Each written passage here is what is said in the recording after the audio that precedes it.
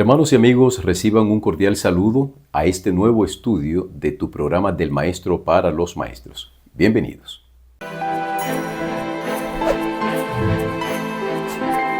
Del Maestro para los Maestros. Haciendo la paz. Ese es el título general de la lección que durante esta semana estuvimos analizando. Haciendo la paz. Personalmente, tuve que hacer las paces con un enemigo pequeñito, invisible, llamado virus. Todavía tengo estragos en mi organismo del malestar que me aquejó durante un par de días que me tumbaron literalmente en la cama. Aprecié mucho las oraciones de quienes estuvieron pendientes de mi estado de salud. Ya estamos en pie de guerra. Hoy no me siento completamente restablecido, pero ya estamos mucho mejor de lo que estuvimos hace unos días. Así que ya empiezo a estar en paz, empiezo a tener un equilibrio homeostático en mi cuerpo. Muchísimas gracias por estar con nosotros en esta nueva emisión. El título es muy sugestivo, sobre todo en un mundo que vive envuelto en guerras de toda magnitud. En todas las latitudes, las guerras se hacen presentes en el medio humano. Antes de iniciar, quiero darle gracias a Dios en primer lugar por el restablecimiento de mi salud. Aunque es un resfriado, no deja de ser incómodo. Así que vamos a darle a Dios las gracias y a pedirle su bendición para esta nueva emisión. Padre nuestro que estás en los cielos, muchas gracias por darnos de tu paz. Muchas gracias en lo personal por restablecerme la salud.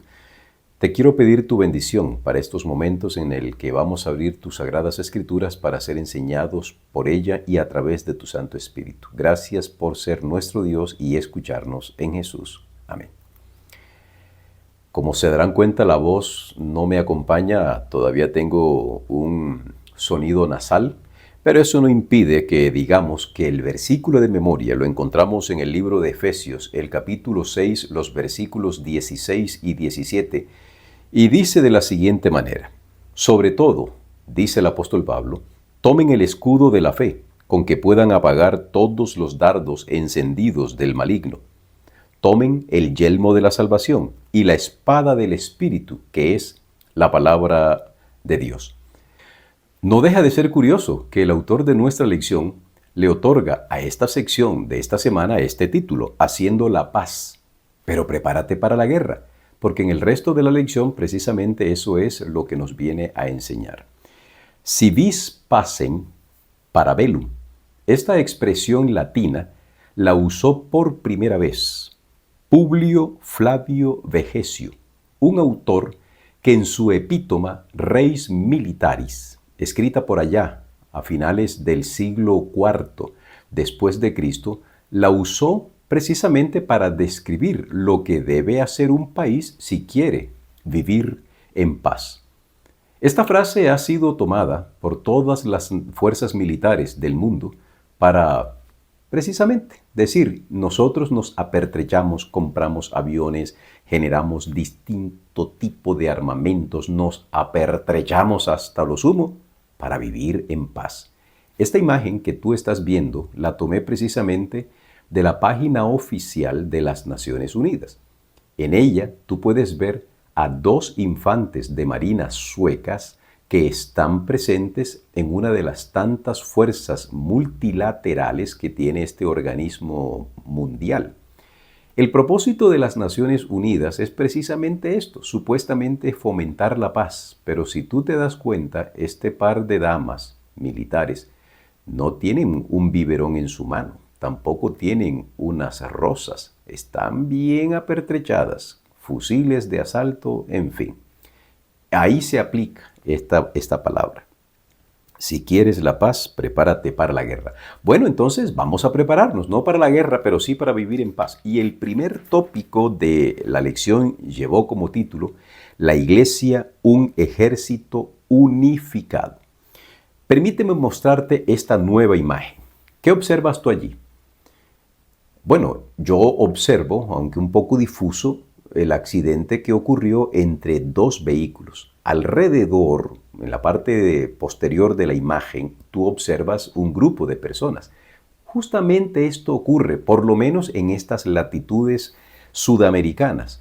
Cuando hay un choque vehicular, cuando hay un accidente, cuando ocurre algo que se sale dentro de la normatividad cotidiana, pues nosotros acudimos para ver qué ocurrió. Permíteme y te explico. El concepto de iglesia en el pensamiento griego es así. ¿Quién está convocando en esta imagen? Pues el accidente. ¿Y quiénes están rodeando al carro accidentado, a los vehículos accidentados? Pues los curiosos. Bueno, esos curiosos forman una asamblea. ¿Ah? Y en el pensamiento griego, esa asamblea es una iglesia. Por supuesto que nosotros no podríamos aplicar este concepto a lo que realmente es la iglesia. Pero, ¿quién convoca a quienes se reúnen alrededor de un templo dedicado a Dios? ¿Quién convoca? Dios. Donde estén 2 o 3 congregados en mi nombre, allí estaré yo. El apóstol Pablo ofrece la siguiente imagen. Todos los miembros de la iglesia están o debiesen tener puesta la armadura de Dios. Esto es lo que él nos viene diciendo, que debiésemos tomar toda la armadura de Dios. Y sí, dice Pablo, todos tenemos la armadura de Dios, pues esto convierte a la iglesia en un ejército como si fuese de un solo hombre. Si todos los miembros de la iglesia tienen la armadura de Dios y van a enfrentar al enemigo, es como si ese enemigo se estuviese enfrentando a un solo hombre que viene a enfrentarlo con toda la armadura. Esto entonces nos lleva a entender que la iglesia no es un ente incorpóreo. Explico. En la mente de nosotros pensamos en la iglesia. Bueno, pero ¿quién es la iglesia? ¿Acaso la iglesia es el templo? ¿Acaso la iglesia es una capilla? ¿Qué es la iglesia? Si me permites darte una sugerencia, mi modo de entender el significado de iglesia es que la iglesia es una asamblea, pero la asamblea la constituyen personas individuales como tú y como yo. En otras palabras, la iglesia comienza por mí cuando yo decido aceptar a Jesús. En consecuencia, yo debo tener la armadura de Dios para poder enfrentar al enemigo. Yo no puedo irme solamente con el yelmo de la salvación. No me puedo ir con la coraza de justicia. No, si yo quiero salir victorioso, yo debo ir con toda la armadura, con todo el pertrecho que Dios nos dejó para que fuésemos victoriosos y el combate se incline a nuestro favor. El segundo tópico se tituló Cinturón y Coraza. Hablemos un poco del cinturón. En la actualidad le llamamos correa, le llamamos cinto y no sé qué otro nombre le puedas tú dar allá en tu país. Pero, como Pablo nos viene hablando no del cinturón que utilizaba la sociedad común, sino el cinto que utilizaba el soldado romano, pues hablemos un poquito del cinturón del soldado romano. De este cinturón pendían tanto la coraza como la malla que se utilizaba para proteger los muslos del soldado. ¿Por qué el apóstol Pablo dice que nosotros debemos ceñirnos el cinto o cinturón de la verdad? ¿Por qué la verdad es un cinturón? En la emisión pasada yo les decía que esta expresión Pablo la toma prestada del capítulo 38 de Job, donde Dios le dice a Job, bueno, más o menos, si tú eres tan sabio, bueno, cíñete los lomos. La expresión lomos en la Biblia solo se aplica a los hombres machos masculinos y tiene que ver con las partes pudendas, con la zona genital. Dios le está diciendo a Job, si eres tan varón, párate delante de mí.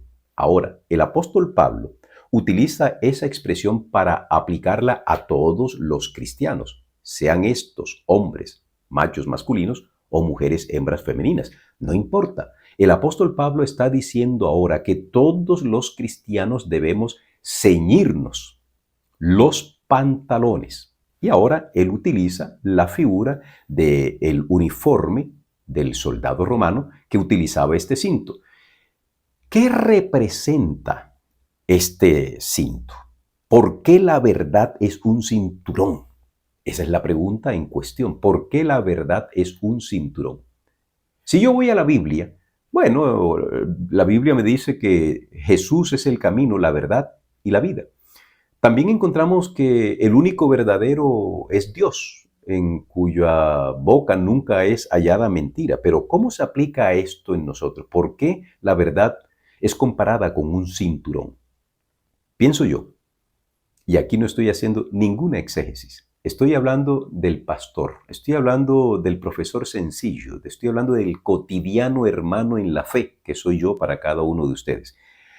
¿Por qué la verdad es comparada por Pablo con un cinturón? Porque el cinturón me permite tener mis pantalones bien puestos y no quedo en evidencia. No voy a pasar vergüenza, no se me caerán los pantalones ni las faldas a las mujeres. Esto hace la verdad. Y la verdad, que es Cristo Jesús, nunca nos dejará ser avergonzados delante de nuestros enemigos. Cuando nosotros hablamos la verdad, es como si estuviésemos siendo voceros de Dios, quien siempre dice la verdad. Por otra parte, el apóstol también nos dice que debemos colocarnos la coraza de justicia. Volvemos al punto. ¿Qué era la coraza? Ustedes tienen suficiente información tanto en el folleto como en la internet para que puedan ustedes indagar acerca de la naturaleza del material con el que se elaboraba la coraza.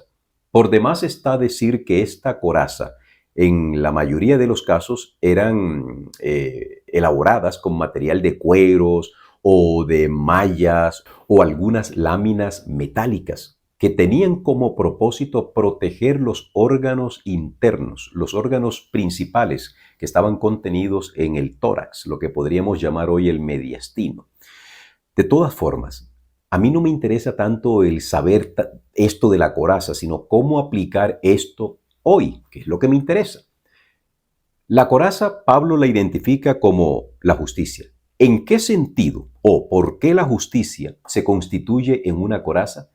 La Biblia describe a Jesús como el sol de justicia. La Biblia nos dice que los seres humanos no somos justos, que Dios no encontró justo en el ser humano ni uno solo, y que nosotros somos justificados por Cristo Jesús. Si yo tomo entonces esto en consideración, puedo definir que la coraza de justicia, o mejor, la coraza se asocia a la justicia porque nos protege y no podemos ser blanco de los ataques de Satanás toda vez que estamos escudados en nuestro Señor Jesucristo, cuya justicia perfecta se nos imputa en favor de nosotros. Adicionalmente, el apóstol Pablo asocia la justicia con la santidad, la bondad y la verdad. En otras palabras, estos dos elementos, tanto la verdad como la justicia, están interrelacionadas y se añade un tercer elemento que es la santidad. Hemos dicho que la santidad ontológica solo la posee Dios, pero la santidad relacional la podemos obtener de Dios en cuanto o en la medida en que nosotros estemos en estrecho contacto con nuestro Dios. En otras palabras, el cinturón de la verdad, cuya verdad es Cristo, la coraza de justicia, cuya justicia es Cristo, están estrechamente unidas, así como la coraza estaba amarrada al cinturón de la armadura del soldado romano. El tercer tópico se titula Sandalias. La iglesia hace la paz. En la versión que yo tengo aquí, de Efesios, dice de la siguiente manera: y calzados los pies con el apresto del Evangelio. Otras versiones traducen apresto como sandalias, otras, un poquito más dinámicas, la traducen como zapato o calzado. Recuerden que estamos tomando la armadura del soldado romano como un ejemplo de lo que debe ser la armadura del cristiano. Un soldado romano, cuando se preparaba para la batalla, dice el autor de nuestra lección, se ataba un par de sandalias militares bien resistentes. Vamos a tomar ahora el significado que Pablo le da a ese calzado. Él dice que ese calzado es el Evangelio de la paz. La palabra evangelio son buenas nuevas, son buenas noticias. Nosotros sabemos que el Evangelio no es otra cosa que las buenas nuevas de salvación que Dios le da al ser humano y que esas buenas nuevas de salvación se originaron en las cortes celestiales antes de que el hombre existiera. Que esas buenas nuevas de salvación tienen nombre propio, la deidad, que en la persona de Jesucristo la deidad hizo la remisión de los pecados de quienes decidan entre los seres humanos aceptar ese plan de la salvación. Pero también sabemos que el Evangelio en la persona y en la encarnación de Jesús trae también consigo aparejada una serie de situaciones. El mismo Señor Jesucristo dijo: no crean ustedes que he venido a traer paz, no, he venido a traer espada. ¿Por qué el Evangelio aparentemente es contradictorio? ¿Por qué aquí el apóstol Pablo está diciendo que nosotros debemos ponernos el calzado del Evangelio de la paz? ¿Cómo es posible que el mismo autor del Evangelio, el autor y el consumador de la fe, nuestro Señor Jesucristo, en un momento de su experiencia vital aquí entre los seres humanos, hubiese dicho que Él no iba a traer paz sino guerra? Analízalo de la siguiente manera. Si tú quieres vivir en paz con Satanás, pues sigue lo que Satanás te dice y punto. Y tendrás paz con él, pero tendrás guerra con Dios. Pero si tú decides seguir a Jesús, vas a tener paz con Jesús. Eso es lo que dice Pablo. Justificados pues por la fe, tenemos paz para con Dios por medio de nuestro Señor Jesucristo. Si tú decides estar en paz con Jesús, tendrás guerra con Satanás. A eso se refiere la expresión de Jesús. Pero también la Biblia nos dice que la paz es una condición interna. El Evangelio que Cristo nos ha permitido disfrutar, vivir, también lo debemos compartir. Nosotros, como cristianos, no debemos propiciar ningún tipo de desavenencias en nombre de nuestro Señor Jesucristo. En el período de la Edad Media, en las célebres y malhadadas cruzadas, ¿cuántas personas fueron asesinadas en el nombre de Jesucristo? Hoy, ¿cuántas personas son masacradas también en el nombre del Evangelio? Eso fue lo que Cristo vino a enseñarnos a nosotros. Ahora yo lo voy a traer a la iglesia. ¿Cómo es posible que en tu iglesia se desaten contiendas, enemistades, hermanos que no se hablan entre sí, pero al mismo tiempo dicen servirle al Señor? Déjate de pensar tanto en la vestidura, en la armadura del soldado romano y ponte a pensar en ti. ¿Cómo estás viviendo tú el Evangelio? ¿Vives en paz? Hay 3 vectores para la paz: en paz con Dios, en paz contigo mismo y en paz con tu prójimo. El Evangelio hace posible que esta paz trilateral se convierta en una realidad en nuestras vidas. La paz os dejo, mi paz os doy. Eso es lo que nuestro Maestro nos entrega a cada uno de nosotros. Vivamos en paz.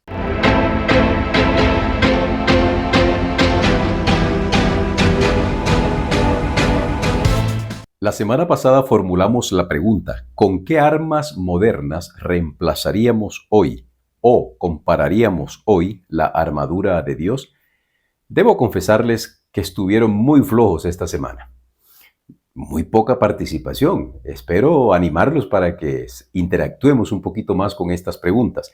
2 respuestas encontré a la fecha en la que emití este estudio. La primera: no hay ninguna otra arma.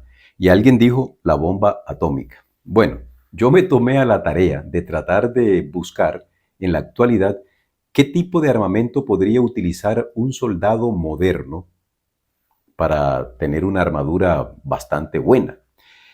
El escudo de la fe. Bueno, podría utilizar la invisibilidad óptica. Está en estudio. Hay un poquito de avance, pero imagínate tú que pudiese un soldado volverse invisible. Sería ese su escudo. El yelmo de la salvación sería el equivalente a un casco blindado hoy con miras o con visor nocturno. La espada del Espíritu sería hoy comparable con un rifle que emite láser desintegrador y neutralizante o paralizante. El calzado del Evangelio hoy podría representarse con botas antisísmicas, antiminas y antigravedad. La coraza de justicia sería un chaleco a prueba de balas. Y el cinturón de la verdad no encontré, pero vamos a imaginarnos que sea una malla bien apretada ahí, en la cintura. Créanme que lo más parecido podría ser un escuadrón antidisturbio, la vestimenta que tiene uno de estos soldados que forman parte de los escuadrones antidisturbios. Pero francamente les confieso, no hay cómo. Definitivamente el apóstol Pablo la botó del estadio. Es que no hay forma para presentar hoy un soldado que tenga una armadura tan completa como la que tenían en su tiempo los soldados romanos.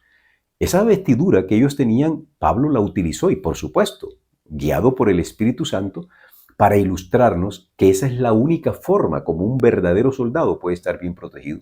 Si yo quisiera hoy hacer de un soldado una armadura perfecta, impenetrable, ese soldado no podría caminar. No existiría una armadura completa. Así que le doy gracias a Dios porque no hay forma. Podemos hacer un ejercicio, pero que ese soldado tenga en su cuerpo todo ese armamento para protegerlo al momento de enfrentar al enemigo, básicamente eso se constituye en un imposible.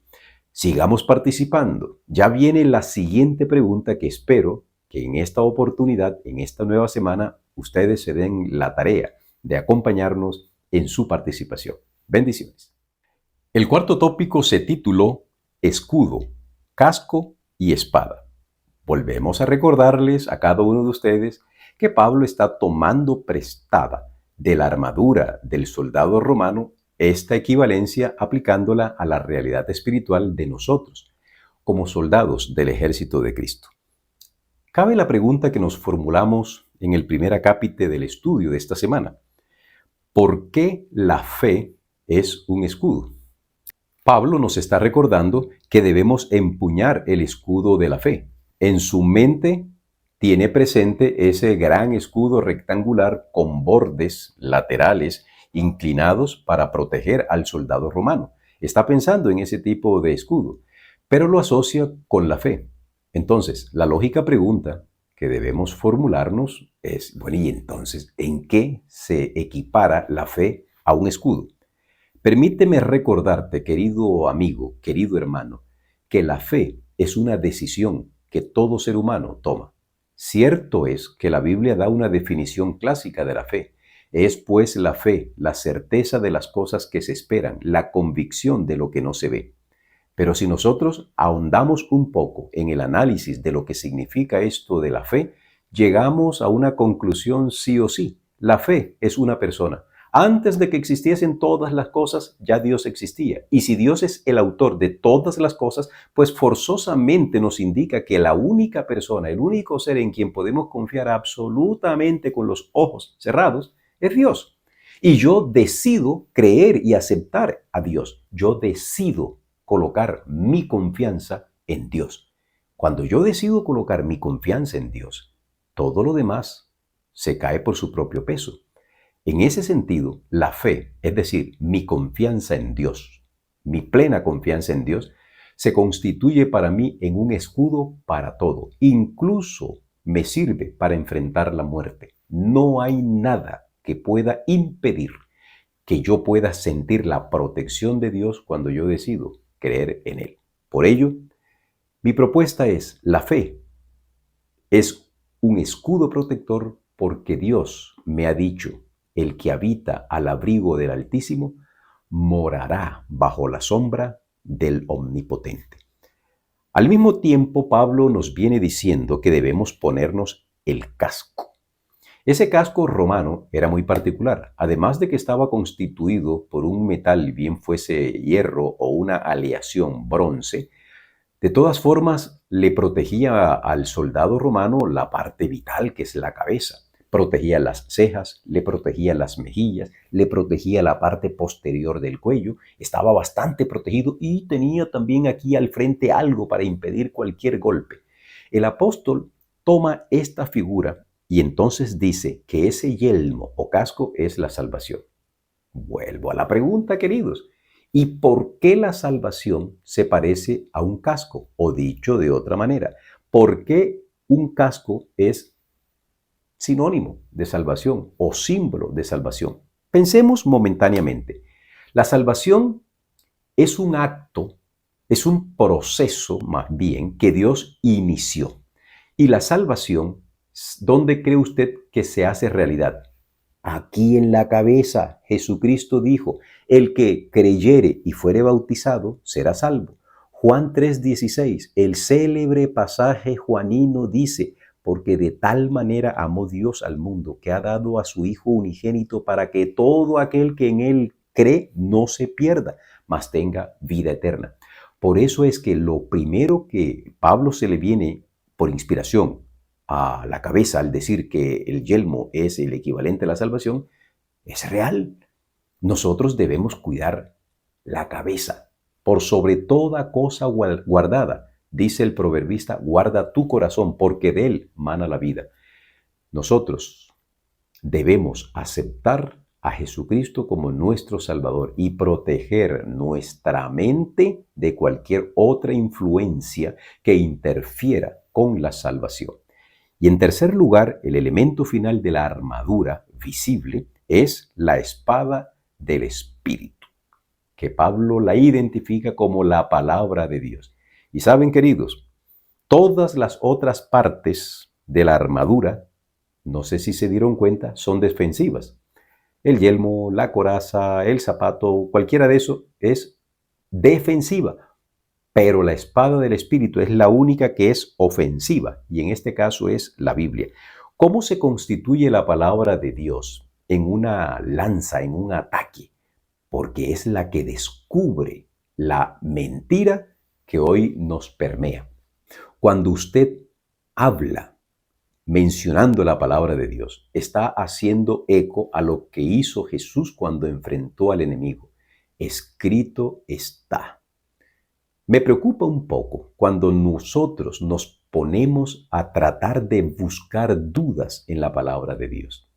Me preocupa cuando hay algunos adoradores que quieren buscar cosas que la Biblia no tiene intención de decir. Concéntrate, mi querido hermano y amigo, en ver aquellas verdades que te conducen a la salvación. Las otras cosas de las que la Biblia, por voluntad divina, no revela, déjalas en santa paz, que en su momento serán reveladas. Pero hoy preocúpate por tu salvación con temor y con temblor. Así que, qué interesante, ¿verdad? Que de todas las partes de la armadura, la única ofensiva es la Biblia. Estás haciendo buen acopio, te estás afilando bien en el estudio de la palabra del Señor. Hay quienes dicen que como la espada es de dos filos, entonces un filo es el Antiguo Testamento y el otro filo es el Nuevo Testamento. Muy interesante.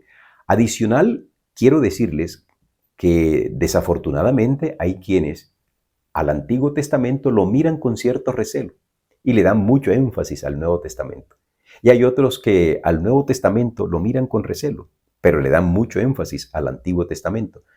En la Iglesia Adventista, nosotros le damos énfasis y mucha atención a los dos testamentos, porque si un testamento es uno de los filos y el Antiguo Testamento es el otro de los filos, entonces tenemos la espada perfecta. Antes de abordar el estudio del último tópico, permíteme formularte la pregunta que espero sea motivo de tu participación en nuestro programa. La pregunta es, ¿qué parte del cuerpo no es cubierta por la armadura descrita por Pablo? ¿Qué parte del cuerpo no es cubierta por la armadura descrita por Pablo? Déjame tus comentarios porque tu participación es muy importante para mí. El quinto y último tópico se titula Practiquemos la oración del campo de batalla. No sé si te diste cuenta, y a mí me parece muy llamativo, que el apóstol Pablo no utilice ningún objeto, ningún artefacto, ninguna parte de alguna armadura para ilustrar o describir la oración, que aunque forma parte indudable de la armadura de Dios, Pablo no utiliza ningún objeto. Yo creo que se debe a una razón, y la razón está en el hecho de que él mismo va a decir orad sin cesar. Y esta misma forma bíblica de decir orad sin cesar la expone Elena de White en la siguiente declaración: la oración es la respiración del alma, es el secreto del poder espiritual. ¿Por qué razón Pablo no describe una parte de la armadura como identificándola con la oración? Creo que la armadura se la debe poner un soldado que esté vivo. ¿De qué sirve ponerle una armadura perfecta y bien hecha a un soldado muerto? De nada. Si Elena de White, y antes que Elena de White, la Biblia nos dice que debemos orar sin cesar, se desprende entonces que el soldado cristiano debe estar vivo. Y si tú estás vivo, te pregunto, ¿tú respiras para vivir o tú respiras porque vives? Creo que la respuesta es yo respiro porque vivo. Y si la oración es la respiración del alma, entonces yo respiro constantemente de forma espiritual. No sé si ustedes se han dado cuenta que la estrategia del enemigo consiste en hacer que la oración sea puesta a un lado por parte de los creyentes. Hay dos elementos vitales para el crecimiento del cristiano: el consumo o lectura de la palabra de Dios diariamente y la oración. Pero el enemigo es astuto y hace que nosotros perdamos el interés por la palabra de Dios. Nos sequemos espiritualmente, no nos alimentamos. Y de contera, al no alimentarnos de la palabra de Dios, como dice Jesucristo, no solo de pan vive el hombre, sino de toda palabra que sale de la boca de Dios. Si yo no me puedo alimentar, me enflaquezco y me muero. Y si me muero, pues no respiro. Y si respiro, pero no leo la palabra de Dios, de cualquier forma la muerte espiritual está garantizada. Por ello, mi querido hermano, al terminar esta lección, yo quiero pedirte dos cositas. En primer lugar, oremos por los pedidos de oración que nos han planteado los miembros de nuestra familia Emergencias Bíblicas. Y personalmente les imploro, oren por mí. Esto no es fácil. Muchas veces, y creo que este episodio de enfermedad que me dio de manera casi que repentina, no es casual. Muchísimas gracias por las oraciones que ustedes elevaron que me permitieron hacer el video. Estuve a punto de decirles en un short, hermanos, lamento informarles que esta semana no tendré video del repaso de la lección por razones de salud. Pero le doy gracias a Dios porque sus oraciones fueron contestadas y hoy me siento muy bien comparado con los días anteriores. Oren también por la paz mundial y sobre todas las cosas, oremos por el segundo advenimiento de nuestro Señor Jesucristo. Muchísimas gracias, hermanos, por permitirme llegar a sus hogares. Compartan este video, no se queden con la boca callada. Así como hay múltiples canales que ofrecen basura, también hay canales como este que están llevando paz, consolación y verdad a muchos hogares. Gracias por acompañarnos. Los esperamos en la próxima semana, si así lo dispone la voluntad de nuestro Padre Celestial. Bendiciones.